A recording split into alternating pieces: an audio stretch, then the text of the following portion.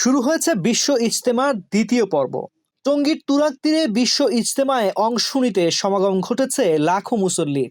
শুধু দেশি মুসল্লিরাই নয়, এরই মধ্যে বিশ্ব ইজতেমার এ পর্বে ৪৯টি দেশের ১,৪৪৯ জন বিদেশি মুসল্লি অংশগ্রহণ করেছেন। শুক্রবার রাত ১০টা পর্যন্ত ৪৯টি দেশের ১,৪৪৯ জন বিদেশি মুসল্লির নাম এন্ট্রি হয়েছে। বিদেশি মেহমানদের আগমন এখনও চলমান রয়েছে। ১৪ ফেব্রুয়ারি শুক্রবার রাতে তারা ময়দানে উপস্থিত হয়েছেন বলে নিশ্চিত করেছেন আয়োজক কমিটির মিডিয়া সমন্বয়কারী মোহাম্মদ সায়েম।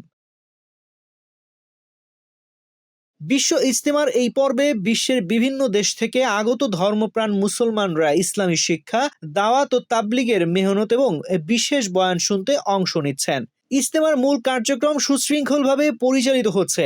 দেশি বিদেশি মুসল্লিদের সার্বিক নিরাপত্তা ও ব্যবস্থাপনায় প্রশাসনের পক্ষ থেকে বিশেষ নজরদারি রাখা হয়েছে। ইজতেমায় আগত বিদেশি মুসল্লিদের সংখ্যা প্রতিদিন বাড়ছে। তাদের যথাযথ সুবিধা নিশ্চিত করতে সংশ্লিষ্ট কর্তৃপক্ষ সক্রিয় রয়েছেন বলে জানানো হয়েছে। বিশ্ব ইজতেমার দ্বিতীয় দিন বাদ ফজর বয়ান করেছেন মুরসালিন সাহেব। এদিন সকাল ৯টা ৩০ তালিমের মৌজু পরিচালনা করেন মুফতি ইয়াকুব।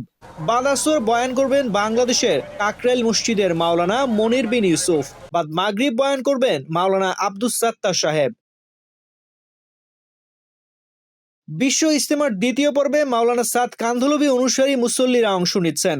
আগামীকাল আখেরি মোনাজাতের মাধ্যমে শেষ হবে বিশ্ব ইজতেমার দ্বিতীয় আসর। এর আগে ৩১ জানুয়ারি থেকে ৫ ফেব্রুয়ারি জুবায়ের পন্থীদের ইজতেমা সম্পন্ন হয়। ইজতেমার সেই পর্বেও বিশ্বের বিভিন্ন দেশের অতিথিরা অংশ নিয়েছিল। তানজির রহমান, বাংলাদেশ প্রতিদিন।